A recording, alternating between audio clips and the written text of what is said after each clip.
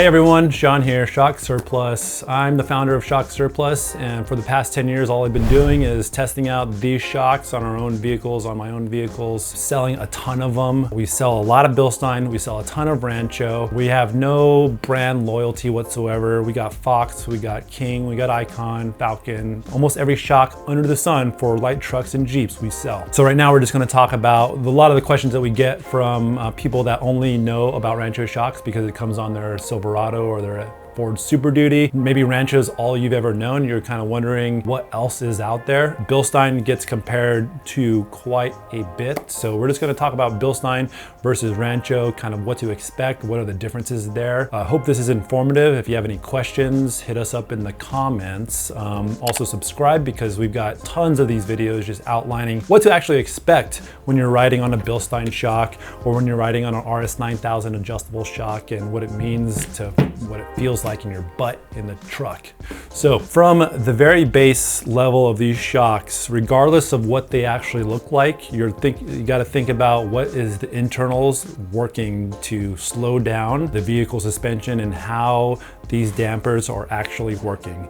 And within these shocks are the pistons. These are the main activated pistons that are preventing or allowing oil flow through the shock. This is the Bilstein piston. It is a digressive piston. You can't even see through this because the way the ports are designed is the oil goes through and around the metal parts, and that provides a certain amount of resistance to the shock and to the suspension. On the Rancho piston, you notice it's much smaller, but you can see through it, kind of categorized as a linear piston. So allows a little bit more oil flow, a little bit different types of resistance to the Bilstein. So you also notice vastly different size. This is a 46mm piston, which is found in the Bilstein 5100 and the 4600 shock that you see as well. Those are the yellow ones. If you're thinking about the factory yellow Bilstein, those are not the same 4600 monotube.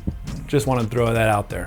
When you're talking about Rancho's RS7000, sorry, we chopped this shock off in order to get at the piston. This piston, linear piston, comes out of the Rancho shock. What do these pistons mean? Without getting into the minutia, when you're comparing both a digressive Bilstein shock and a linear Rancho shock, this is the RS7MT, their new shock that just came out last year and was upgraded from the RS9000MT. This shock is, by most accounts and from what most people consider a smoother, softer ride, this shock, the the Rancho shock, is going to get you there. The Bilstein is going to be a little bit firmer on the road. You'll feel a little bit more of the chatter, but handling and superior handling goes to the Bilstein product. Why is that?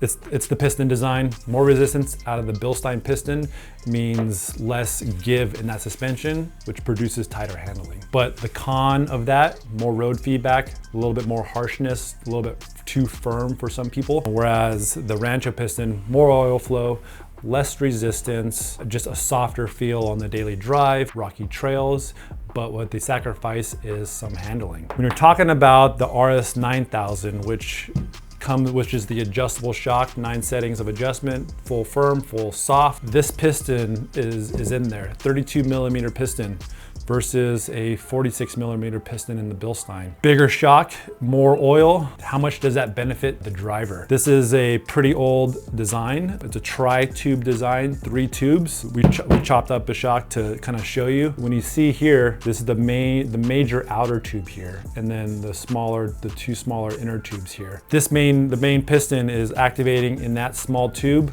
and then oil flow is going from that tube into the outer tube through a base valve. Lots of oil, but really how much impact does the adjustable knob have on the daily drive? When the shocks are fresh, when the temperature is cold, not a lot of oil flow, these adjustment knobs they do help make a difference. When I've tested these shocks on my own Ram and in a little bit of a more high heat scenario, this adjustment knob didn't feel like it was doing much at all. Longevity on the RS9000s, after about 5,000 to 10,000 miles, I really felt like this adjustment knob really didn't make too much of a difference. I want to say almost no difference, but that probably wouldn't be fair, and I'm going to say there's errors in my own perception of the shocks. But I ran these for quite a while on the Power Wagon, and between the RS9s and the Bilstein, everything about the truck just felt tighter. I didn't like that off-road though, because it was too tight, too choppy.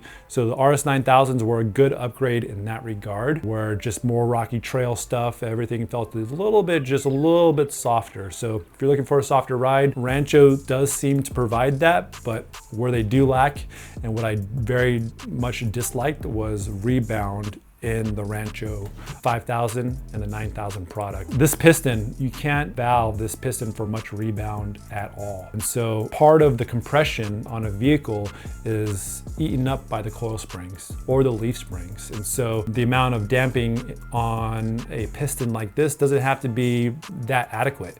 But rebound, if you don't have good rebound, then that's what causes a lot of the bucking. And what I was experiencing on my own truck and another Jeep was, without proper rebound damping, when you hit a hard obstacle, the front end bucks quite a bit. Bilstein protects against that substantially more than the RS5000 and the RS9000, because bigger piston has to do less work to dampen that vehicle. When you're considering these piston sizes, just imagine bigger muscles on someone.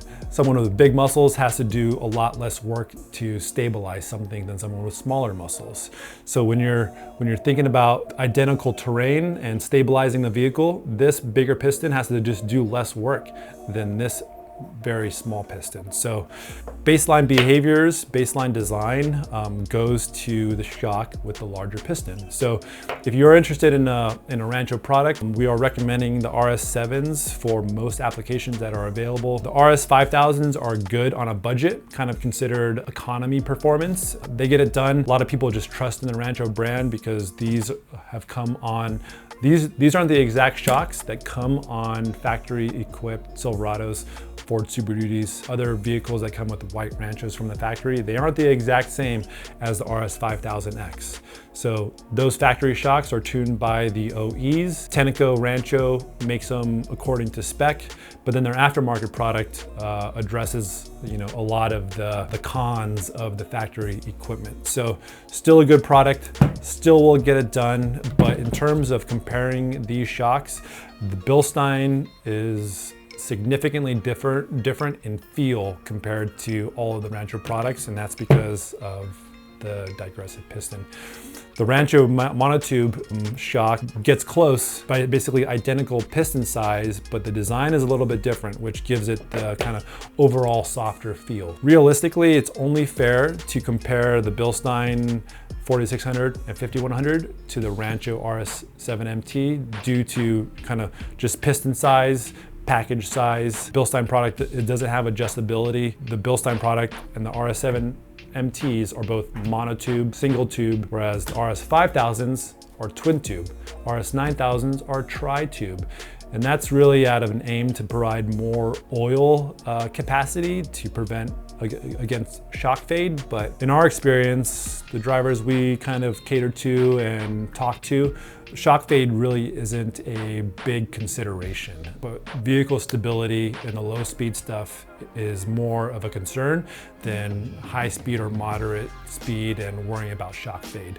So back to the beginning, what makes the biggest difference between these shocks? It's the piston size, Rancho piston, Bilstein piston, and the adjustability, in our opinion, and from a lot of feedback, a lot of Facebook comments, a lot of YouTube comments about adjustments on the RS9000 product just not being very long lasting, and in the end really impacting driver experience. And so we don't want to bash on Rancho, but all the feedback we've seen, we just want to pass it along to you guys. We sell tons of Rancho regardless of anything I say in this video. We're still going to sell thousands of Rancho shocks, and we're still going to sell thousands of Bilstein shocks. So no brand loyalty, but I hope that provided some insight into the difference between these shocks and kind of what to expect out of your vehicle. If I didn't answer anything for you, hit us up in the comments. We'll get to it in another video. Thanks so much.